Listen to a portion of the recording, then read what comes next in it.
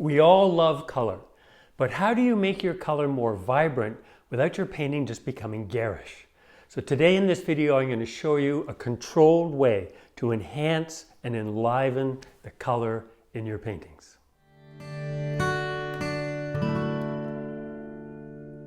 Hi, Ian Roberts and Mastering Composition.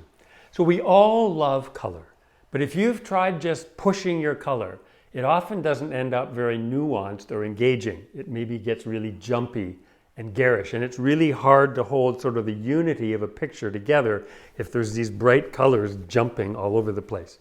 So today I'm going to show you how to use transition colors to enhance the vibrancy of your color and stay in control so that you can kind of hold the unity of your painting together. So first I'm going to show you what a transition color is for about a minute, and then in a demonstration I'm going to show you how to use it practically in your painting. And I think you're going to find it really helpful as a way to create more vibrant color in a painterly way in your paintings. I'm going to use this diagram just to explain this and then show you in a photograph how we'd actually use it practically. So there's, let's say, a shadow color, and there's the lit color. And we wouldn't want to make the whole thing as vibrant as this, but by putting the intense color right on the transition between shadow and light, we pop the whole thing. And in this case, again, if this is the shadow color and this is the lit color, we wouldn't want that blue to be everywhere or that yellow ochre to be everywhere, but by cranking it right on the edge there, we enliven the relationships and really increase the intensity and beauty of our color. So I'll show you in a photograph. So I'll show you a couple of practical ways how you can use transition colors. Let's look at the shadow color of the carrot. It's quite a dull orange, right? And you look in the sunlit part, the color is actually bleached out. The most intense color on the carrot is in that transition between light and dark. You see that line of orange that goes along there? That's how we use transition colors to pop our interest and create more dynamism in our color. We're also going to use it every time that there's a shift from light to shadow.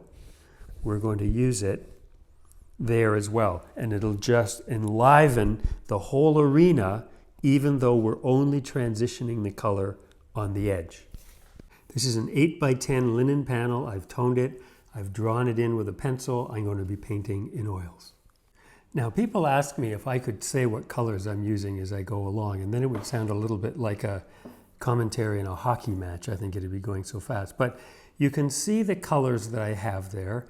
I always put them in the same order, always in the same order, just like a pianist and his keys are in the same place. So if you write them out and they're in the color wheel, yellow, orange, red, purple, blue, green, bring the green and the yellow together, you have the color wheel. I always have it in the same order, so I always know where I'm reaching.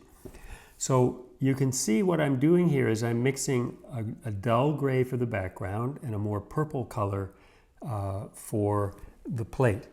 And I'm going to be sort of reducing the quality of the color in the first section as I block the whole thing in. So it's more like, low intensity. We're getting the idea of the values. And then in the second part, I'm doing that so that in the second part, I can show you how you can pull so much color out just by doing it with transition colors.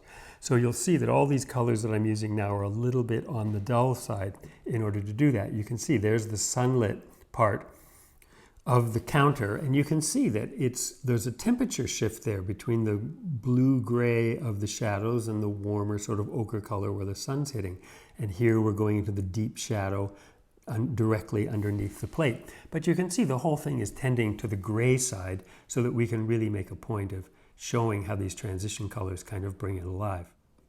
This is very definitely on the cool blue side. This is on the warmer side, just as it is in the photograph. And now we're seeing the lit side and the cool side.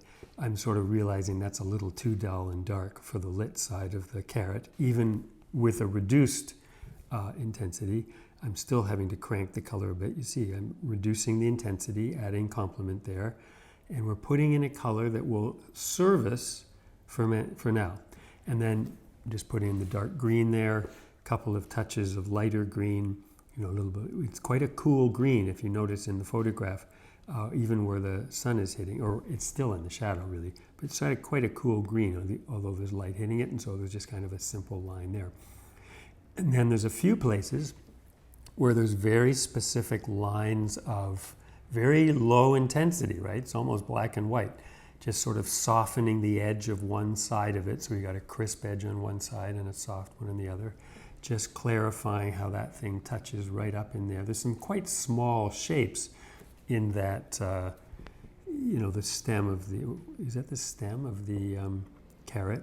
And I made a point of making this kind of like a blunt kind of line, because then, going in the lit side of it, then you go back in with the color of the dark and just clean up the edge. So you're not always worried about every single brush mark. You can go in and clean things up as you go. And there's the finished block in. And the color is a good deal richer than it looked like in the video. I mean, this is pretty accurate in terms of the color. And you can see a good warm, cool shift, say, on the countertop and on the carrot itself. But now I'm going to show you what happens when you start to crank the edges with transition colors. Be sure to sign up for our free monthly video program. 4 themed videos. This month, Mastering Vibrant Color. Next month, How to Paint Sunlight. And when you sign up, you'll also receive this foundational video on composition. You can click up in the top right or go to ianroberts.com to sign up. Now, back to creating vibrant color. So the first color we'll go for is that transition color between the light and the shadow on the carrot. So it's Cad Red, Cad Orange. You can see a little bit of green just to kick it back. It's not, you don't want it too intense. And then just lay it along that edge. It's sort of in a couple of places, it sort of stops because of the shape of the carrot. But you get that shape and it just pops that edge. And then this is the lit side of the table, of the counter. And then this will be the shadow side of it. And you can see I'll put a lot of blue in here because I really want to make sure that we're getting a good rich blue on that edge. Now again, for whatever reason, the video colors are kind of dull, and you'll see in the finished painting how the whole thing sort of pops more. But you can see I'm just putting clean, bluish, much more intense blue right along the edge, and a more intense ochre right along the lit edge that caused that sort of pop. And then I wanted a more purple color. This isn't really a transition color so much, it's just a sort of a line along the back of that very dull color, just sort of pulling a little bit more. I did that actually in a couple of places. It wouldn't technically be transition colors. And then here I want to just get the color right at the edge on the sunlit side of the plate, right where it joins the shadow. So right there, clean sort of crisp color. And then I want to get the shadow side of that same thing. So I've gone a little bit too purple there, and I realized that's not going to work. So I kind of pull it there into a blue, and I kind of sort of start working it again. It can't be too intense, but there's the shadow side right next to that pink, shadow side, a purpley blue, right next to that pink that I just put in, really popping the edges between light and dark. I want to find a nice rich color, pink color for the front edge of the plate, because it's up front, it's close to us, and so I just get a nice pink color there and just run it right along that edge to kind of soften that edge there, but just kind of pop that edge towards us. And then I wanted to get a little bit more of a hit where the sunshine hits the left-hand side of the plate, some background blue, just crank the blue against that. You'll see here, that's just pushing the difference between warm and cool right on that edge. So it's just a blue, same value, just putting a blue in there and then just softening it again so that it kind of blends into the background. But it just pops that sunlit edge of the plate right at that one spot. And then the top edge is a cleaner line than I painted it the last time, just a little bit more blue than it was before.